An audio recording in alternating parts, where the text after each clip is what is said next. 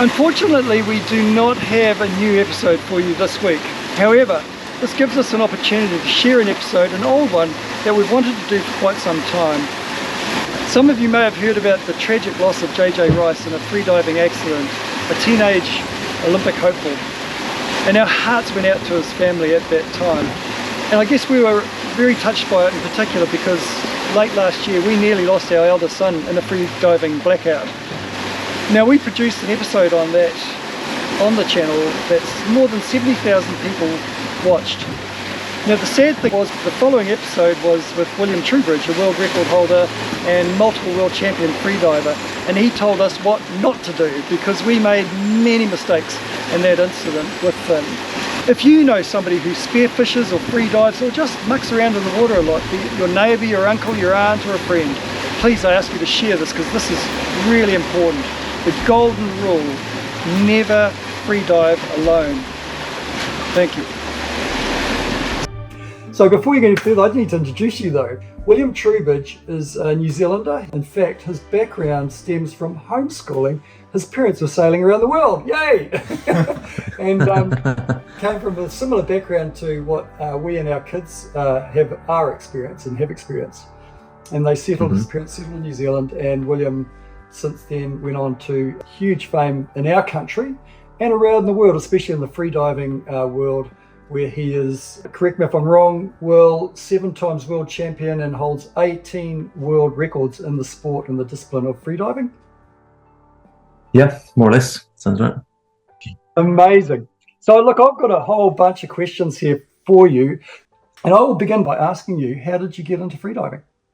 So I started, as you know, like when we were living on the boat, we were snorkeling and playing in the water all the time. So that was kind of the vestigial freediving, I guess. But we had like big fishbowl masks, stubby little plastic fins. So we didn't know anything about relaxation or the right kind of breathing. We were just kind of hammer and tongs trying to get as deep as we could.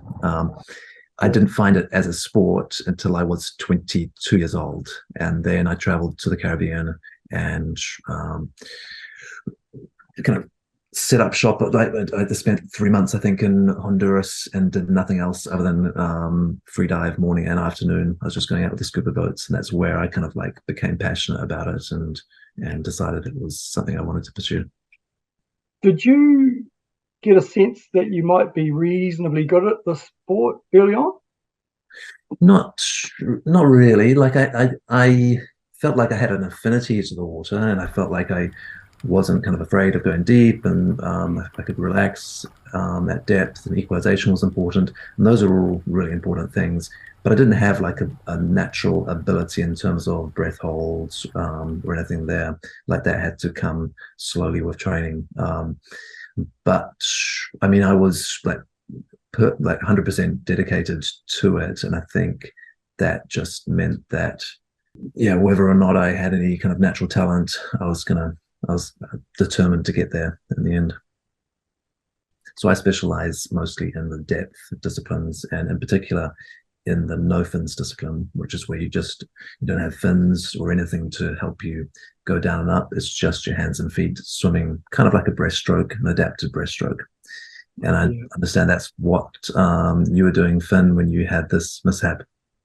Yeah, no fins. Like, I remember we used to do it all kind of fins, and that's kind of similar to how you started freediving. It was just on the boat, and we started, playing in the water. I remember we would start by just wherever we would anchor in a bay, we'd dive down to the anchor, and that's how we knew how deep we were going. You start kind of like 3, 5, then get to 10, 12, and our first year on the boat, I think I got to 22, and I think, well, how old was I? 13, 12.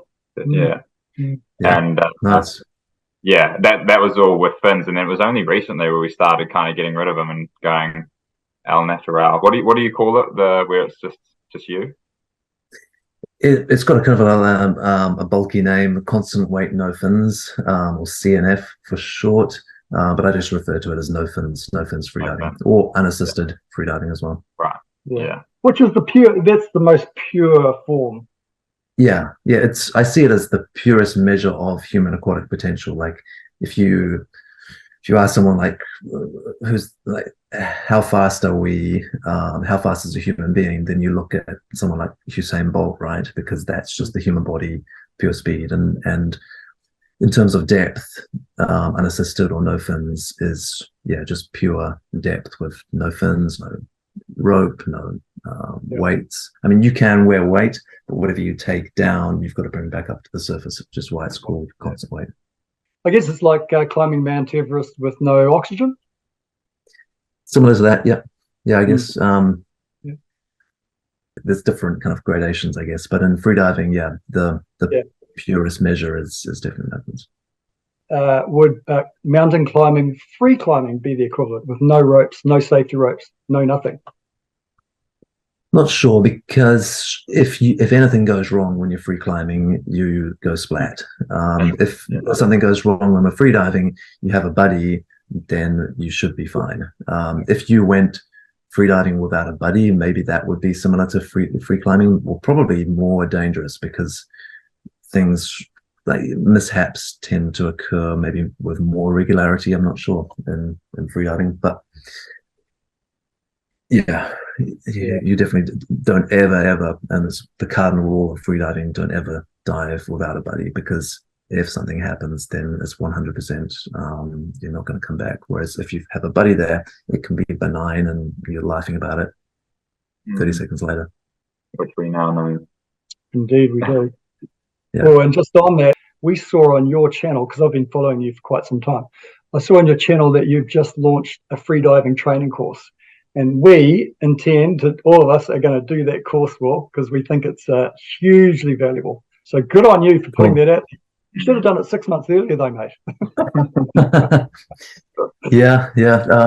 No, I'm just trying to like upload everything that I know about freediving, like all the theory, but also all the training techniques and exercises and drills and programs and anything that can help people understand freediving better or train better for the sport. So it's all going onto this one platform. It's videos, PDFs, all sorts, and so you can kind of work through it in your own time and digest the material and do the exercises. Cool. Can I ask you, given what you know about what happened with the incident, I'll call it that, in this blackout, what would you suggest we could have and should have done to avoid that happening? To avoid a blackout happening. Yeah, that's a good way to think, but you also always need to bear in mind that you will always have to provide for possible mishaps. Like even if you put everything in place to avoid it, it can still happen. So it's also the other half is to have all the drills, the safety drills, emergency protocols and equipment, so that if something happens, you are like just completely oiled and ready for it. But in terms of prevention, the main thing, the first stop for prevention is Finn yourself, like knowing your own limits and being conservative in the way that you dive. I think probably one of the biggest contributing factors to this incident was just, and it's one of the most common ways that it occurs, it was the last dive or towards the end of the session. So you've been in the water for a long time, and two things happen. One, the confidence builds, like the dives start to feel easier towards the end of the session. So it feels easier to go deeper, to equalize, you feel more relaxed and everything. And the second thing is that your actual capacity goes down. So you're more confident, but less capable the longer that you stay in the water. And there's many reasons for that, like dehydration, blood pressure going down, blood sugar going down critically. But also just the longer we're in the water, the more we tend to, when we're breathing between dives, we're eliminating more carbon dioxide than we are replacing during the actual dives. We become hypocapnic.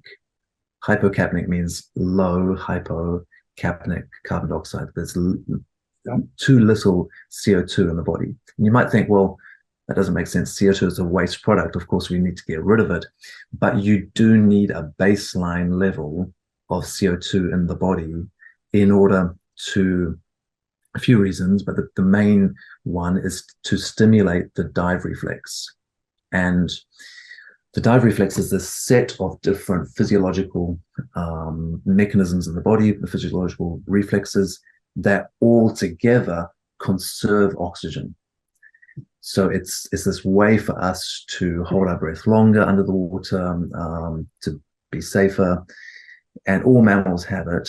Obviously, the dolphins, the whales, they have it even stronger. They can kind of shut down their oxygen use in the rest of their body almost completely, so the oxygen is conserved for the heart and the brain.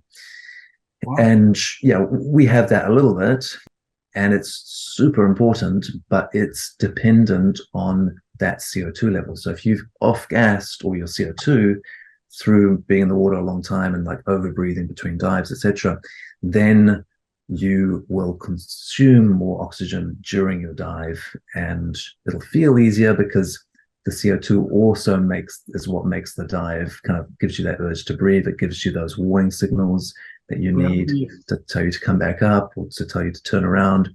So you'll feel, this dive's going great.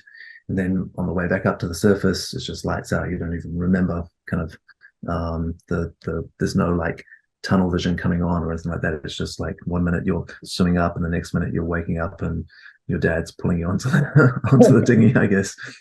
Yeah, and because I know you did a bit of rowing, hey, at school, didn't you? Not at school, but at university afterwards. University. Yeah, because it's you do. I mean, I know I've had it towards the end of a 2-kilometer test on an erg, and you get that the vision's narrowing and it's getting black, and you're on the verge of passing out. But it's and I guess you'd expect that if you're having a blackout underwater, you'd have a similar thing. But yeah, 1 minute I was swimming, and next minute I was waking up on the surface. Exactly. Yeah. Well, Finn thought he had made it. He thought he had succeeded, didn't you? Yeah, that's super common as well. Yeah, because your mind just stitches together these two memories. The first memory is you swimming up, feeling fine. The second memory is you waking up on the surface. So therefore, between the two, you must have completed the dive. Like it's really interesting, and so it's like some people can be quite adamant that like no, I don't black out, I'm fine, until you actually like show them the footage. It took me quite a while. Like we'd been talking about it for at least 5 minutes, and I was in my head, I thought I'd just come to on the surface, and it took me a while to get convinced that I had blacked out 5 or 6 meters from the top, because it was literally like in my head, I thought I'd made it, and I was just like, I must have been tired and fallen asleep. It was just knackered, and and I got told that I hadn't made it. I was like, oh shoot. So Finn just blacked out like 5 meters from the surface. Declan, I swear I got to the top. You didn't get to the top, no. Yeah, so that's a good lesson to everyone, that you cannot like expect to get any kind of warning signals just before you black out, and base a breath hold or a dive on that, especially the longer that you're in the water. The more that you off-gas the CO2, the more that your blood pressure and blood sugar come down. Those are all those risk elements. So I think when you talk about prevention, the main one is just being aware of that factor. And if you are going to do like a deeper target, like a kind of going close to your limit, doing that earlier in the session, like in the first 3 dives max. So it's okay to do. Yeah, it would be okay to do 1 or 2 warm-ups. Like for maximal dives, I don't do any warm-ups at all. It's the first one, boom, go for it. But 1 or 2 is okay, but you don't want to be like diving for half an hour or an hour and then go for a maximal. Whoa. So I guess just to give you a bit more background, the penultimate dive, Ivan had succeeded in getting down and up 30, maybe even 32 meters, no fins, got to the top, and he was a bit bloodshot. I remember seeing his eyes, they're quite bloodshot. We all watched him, and then he decided to stay up on the boat to the last dive, what turned out to be the last dive. And Declan was pretty keen to have a go, we thought. Declan went down a little bit too soon for Finn, who wanted to follow him down. I feel quite comfortable. Looking back on it, it was really silly, because I mean, I was even that whole human intuition. Like I was getting some funny kind of thoughts going on before going down, like almost visualizing my demise, like thinking about like, oh, imagine if you did kind of, not make it back up. And I was like, oh, that'll never happen. Yeah, and then obviously I'd just done quite a deep dive, for me on that last one. 27, 28 meters? Yeah, 26, 27. Yeah. And so I wasn't feeling quite ready to go, but Declan was ready and I was kind of pretty keen to go together. And so, I mean, yeah, it's kind of, yeah. So let me just get this straight. You both dived together to go for like a deep dive that you'd never done before. Yeah, pretty much. Yeah. Now, just a bit of background, a bit more background. They'd been diving, they'd been mucking around for about an hour and a half. We had a rope in the water, it was about 23 meters, and we had some dive weights at the bottom of it. So I'd go and sit at the dive weights and sort of muck around and back up. And on that dive, Declan went down, Finn followed him, and then I followed Finn. And Ivan was at the surface, just he had done his thing, he'd succeeded. And I got down to the weights where they were 22, 23. And then I watched Declan hit the ground, jump back and push off. And then I saw Finn carry on, which was surprising to me. And I saw him hit the bottom and then about to push off. And I thought, okay, he's pushing off. I'm going to head up. So I went up ahead of him, similar to Declan. And we both got to the surface pretty close. Now, Declan got to the surface and he had what he just realized later was a slight, not blackout, but he sort of fainted because Ivan held him and he doesn't remember Ivan holding him. He was right. That was a mini blackout as well. Yeah, he was close to, yeah. And so I watched Declan kind of do this whole gasping thing, and he was and then I saw Ivan had it under control. So I then looked down for Finn, and he was out at that point. And then, and what followed, yeah. So we were buddy diving, but kind of in a slightly disorganized way. Yeah, you were buddy diving, but you didn't have a ratio of at least, you had more divers than you had buddies, basically, and that should be the other way around. Yeah. 2 buddies, 1 diver, that's fine. Two divers and 1 buddy is asking for it. Yeah. Because I mean, what would have happened if both of them had backed out at 5 or 6 meters, and now you're going down and you've got to choose which of your sons to bring back to the surface? Choice, yeah. You don't need to answer that one. So yeah, the safety. The safety measures and rules are really important in this. And you had the buddy system, but you were just disorganized in terms of like who was doing what and who was supposed to be safetying whom. And lucky it all came right, but could have been worse. I mean, if someone is going for a dive that they haven't done before, like a PB, then ideally you want to have 2 safety divers. One of them goes down and meets, and the other one just stays on the surface. So if the first safety diver suddenly like has a problem with their ears and they can't go down, the second diver takes over. But also if the first safety diver has just brought the diver to the surface from depth, and so they're completely wiped out and they can't do like rescue breaths or all the protocol, then the person on the surface takes over. So whenever you're going for something a little bit more demanding, then make sure there's at least 2 people per diver. That's such good makes sense, Cole. That's perfectly common sense stuff, actually, isn't it? It's really good.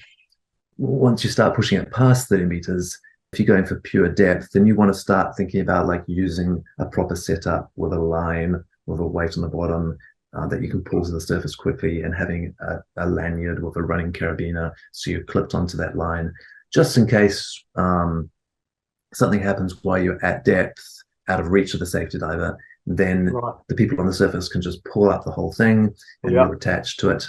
The plate or the bottom weight catches your lanyard and pulls you to the surface. So that's the system that we use in training for our deepest dives, and it's pretty much almost never actually needed to be employed, just on very, very rare occasions. But yeah, on those rare occasions, it's 100% a lifesaver.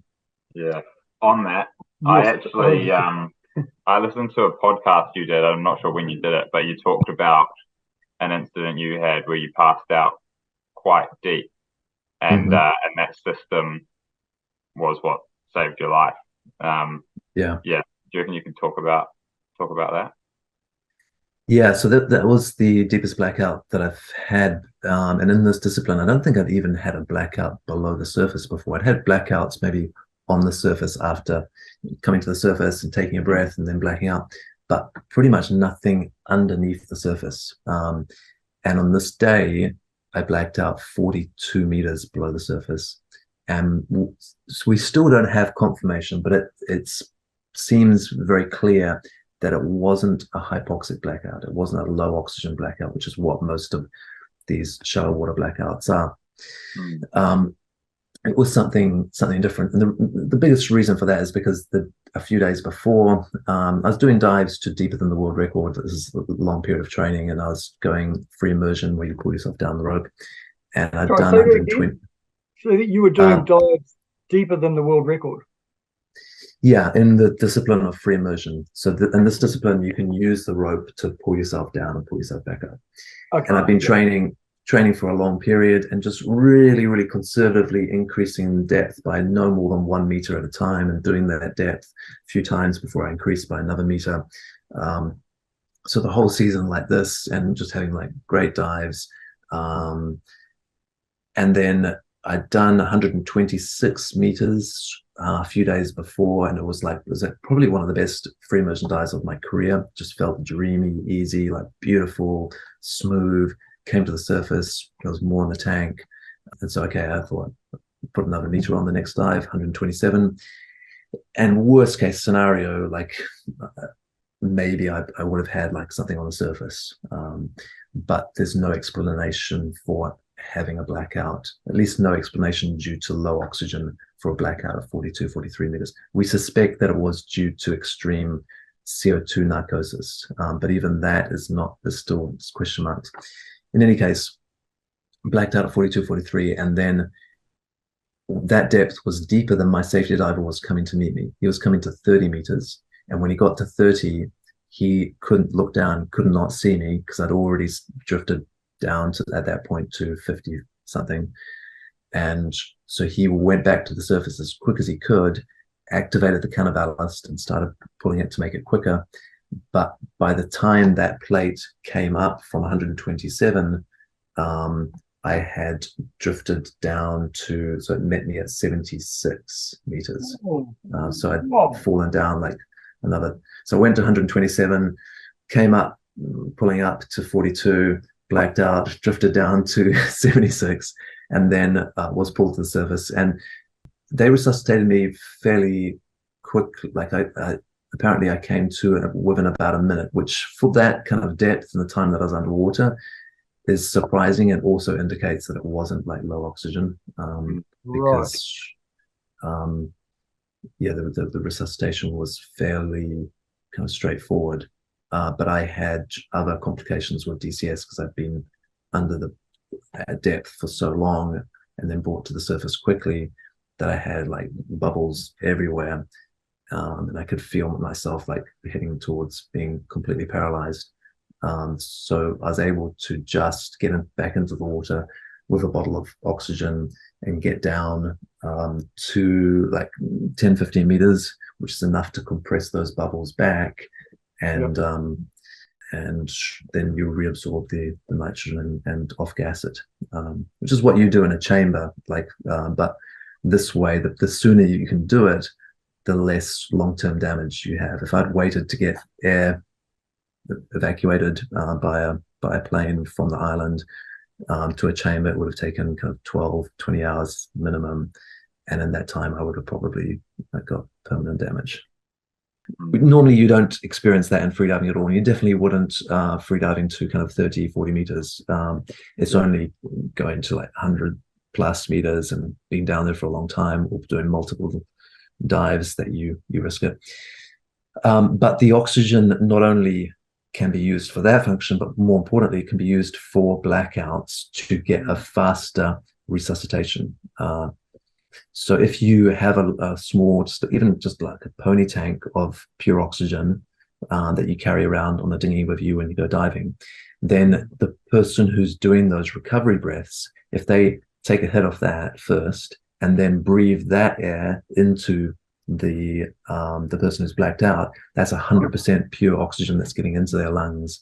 And so it resuscitates them a lot quicker because you're getting delivered 5 times the amount of oxygen. So if there is a problem with gas exchange because of water or blood obstructing the airways, then the oxygen kind of overrides that. And that's what's unexperienced, eh? Yeah, and once I had the oxygen mask, it started to kind of like ease up. I was able to breathe easier, and yeah. So your oxygen saturation, your arterial oxygen saturation would have been low. Like your lungs just weren't able to absorb as much oxygen as they needed to from the air, because like the barrier between the air we breathe in and the blood, there's like a wall, cell walls there that are really, really thin, so the air can just diffuse across that boundary. But as soon as you put like water in there or blood on that wall, then the air no longer diffuses, and so we lose that whole capacity for respiration. Yeah. Thank you. Hey, just one thing we've learned since then, and I don't know if this is true or not. We've been told, I don't know, was it Declan read somewhere, I think one of the boys anyway, said that we should have taken Finn's goggles off as soon as we got to the surface. Is that right? Because of some sort of response, some sort of... Yes. Yeah, as soon as the protocol, once you bring someone to the surface, the first thing is to try and get them planing off on the surface onto their back. Because quite often, if you bring them straight up, what's going to happen, they're going to bob up and then just like face plant into the water. And if they just came to that moment that they bobbed up, then they're going to breathe in water or get it into the airways. So like planing them off onto their back, supporting their back. And there's a specific way to do that with one hand under the small of the back, and then with the other hand reaching over and removing anything that they have on their face, whether it's nose clip, goggles, mask, whatever they have, taking that off. And then the protocol is tap, talk, blow. Tap, talk, blow. So tapping them on the side of the face, talking to them, typically saying their name, because even though they're unconscious, you do still have some kind of subconscious awareness. And then blowing across the face stimulates nerves that detect the fact that you're above the surface again and spontaneously wake you up. And that's another reason why taking goggles is important, so that you can really stimulate those receptors. And typically, in most cases, the person will come around within a few seconds of starting that protocol. If that doesn't work, then you start what we call rescue breaths, where you are basically in the water, pinching their nose and blowing into their mouth in order to try and force air into their lungs. Or sometimes it sounds like Finn had his mouth open, but in some cases there's a reflex to clamp the mouth shut that can be really powerful and difficult to override. So you might not be able to like get any air into their mouth because they're just like holding their mouth closed, and also the glottis as well. So in that case, you can also do mouth to nose resuscitation. So breathe into the nose, like get a good seal around the nose, and just like push as much air there as you can. And often that will like then come out the mouth, and there'll be like water and other stuff, but it's all part of like trying to get those airways open again. So that's what you would do if the initial tap, talk, blow doesn't work after about like 15 seconds of doing that. So I guess that's probably the one thing we didn't do right, because it actually took me quite a while to come to on the surface. Like close to a minute. And I probably, because the mask wasn't taken off. Right. And I think Declan actually kind of just went straight for he couldn't help himself, went straight for the kiss of life. He was giving air. So, and was he getting air into you at that point, or? So I think he reckoned he gave like 6 or 7 breaths, kind of like as soon as I kind of got on the surface. So kind of cut to the chase there. So I guess in future it'd be mask what you said, the tap talk, and blood, and then Yeah. the breath, obviously, because that's what I was actually thinking, like, shoot, because I know when you do the breath, you're kind of, from what I've heard, is it 2 breaths and then you kind of take a break and then another 2 and kind of until someone does come to? If you're doing like CPR, I think at the ratio that they teach now is like 2 and 30. So Not much. 2 breaths and then 30 chest compressions. But for the rescue breaths, for in-water rescue breaths, in this case, in a blackout, then you keep on doing them, really. Right, until they come around. So while they're in the water, just keep on doing them. And then you do a few and then like start to get them out of the water onto the boat, so that it's easier to kind of move to the next phase if they do not come around. But if it's someone who's drowned, who's like been under the water for a while, and you've been like looking for them, and then you find them and bring them to the surface, so they've been under the water for minutes, then the resuscitation is going to take longer. But in these cases where it's like a buddy who's just brought you to the surface and you've been under the water for an extra kind of 20-30 seconds, then resuscitation is almost always going to be fairly immediate, especially if you get this protocol tap, talk, blow.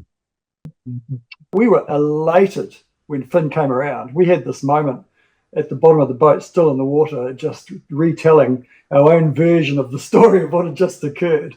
And then we eventually got out of the boat, and then Finn started half an hour later developing some restricted breathing. And then we realized actually, the possibility, and I'm not sure many people may know about secondary drowning. Would you like to comment on that?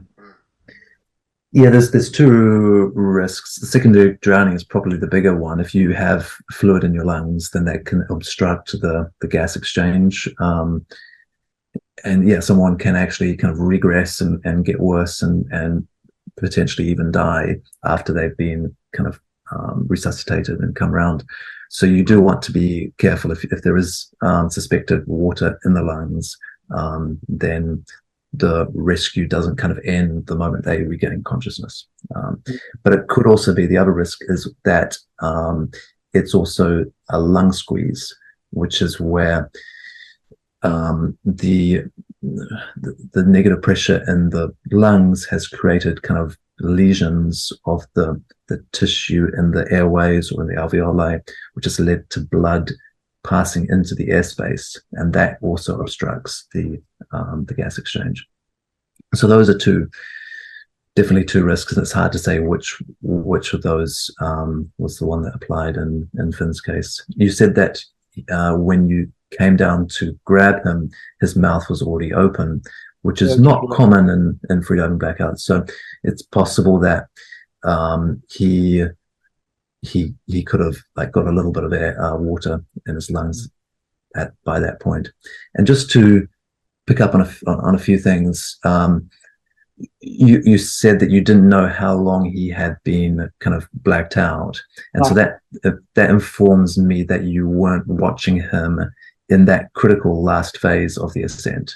So if someone is going for a deeper dive, especially if it's a depth they haven't done before, then you have to have that buddy system in place, and you should be not just watching them, but coming down to meet them on the way up. So if you probably diving in good vis water, you could probably see him all the way to the bottom and back. And so when you see him start to come up, you time your dive so that you meet him at, say, 10, 15 meters. And then if you see anything happening, you can grab him, and it'll be a lot easier to bring him to the surface because he'll probably be positively buoyant. The reason why he felt so heavy was because he must have come up, and maybe he even actually got to the surface. He says that he felt like he made it, and maybe he did, and blacked out just underneath the surface, like at 1 or 2 meters, and in blacking out exhaled all his air, which is common, and became negatively buoyant, and then started to drift back down and drifted back down to 6 or 7 meters. And now he's even more negatively buoyant, so that when you grab him, he feels like a sack of potatoes because he doesn't have any air in his lungs. Yeah. And this could also have contributed to that that was in his lungs, because going back down when you're unconscious is one of the biggest risks for lung squeeze as well, because now you're having contractions, you're not equalizing properly, etc., etc. So Right. yeah, all those things together. Basically, probably the big, there's two mistakes. One was like going for this dive later in the session after an hour and a half, 2 hours. The second one was that you didn't have the safety systems in place. You weren't using the buddy system as it's supposed to be used. So making sure that, okay, I'm doing a dive to 30 meters. Who's going to be my safety? Okay, cool. You'll meet me at 10, 15 meters. I think my dive time is going to be this. And so from that moment, the safety diver is just focused on exclusively on that diver, comes down to meet him. And if anything looks funny, typically if you see like bubbles start to come out, that's the first warning sign. But watch the eyes more than anything else, because you'll be able to tell from kind of the eye contact and how they're looking, if they're kind of going pear-shaped. Yeah. Just to reiterate, is so important to have all of these drills, these techniques, safety protocols all on board, and to have them primed and kind of like rehearsed, and so everyone knows exactly what they need to do in these scenarios. Because maybe next time, if there is a next time, maybe it's you, and so one of your sons will need to jump in. So everyone needs to have that same kind of training and capacity. Yeah. So thank you again, Will. No worries. Yeah. It was amazing talking to you. Gosh, we feel very privileged, and I've followed you for a long time. And it's quite cool to, virtually meet you. Since we started like doing obviously recreational, just diving off the boat, like you've always been someone who I've been following and watching what's happening. And so it's very cool to talk. Nice. Well, thank you. Good to have that feedback. Cheers, guys, and stay safe. But don't give it up. Freediving can be very safe as long as you're following all the measures and everything. Yeah. Thanks, mate. All right. Cheers, bro. Cool. Thank you very much. Okay. Cheerio. Bye. Bye. That was very cool. Yeah, it was, eh? Yeah, because that is like, I said it before. It's like, I remember when it's crazy how that's kind of quite similar to how we started. Like, you're just playing around. Like, that's literally what we would do. I remember when I don't know when we first started kind of getting to a decent depth, but I remember like whenever we'd go to a new anchorage, wherever we'd drop the anchor, the first thing we'd do, we'd go in and we'd dive to the anchor. Yeah. And we did that wherever we went. And and it's kind of just progressed from there into something we actually, free diving. Yeah, it was great, eh?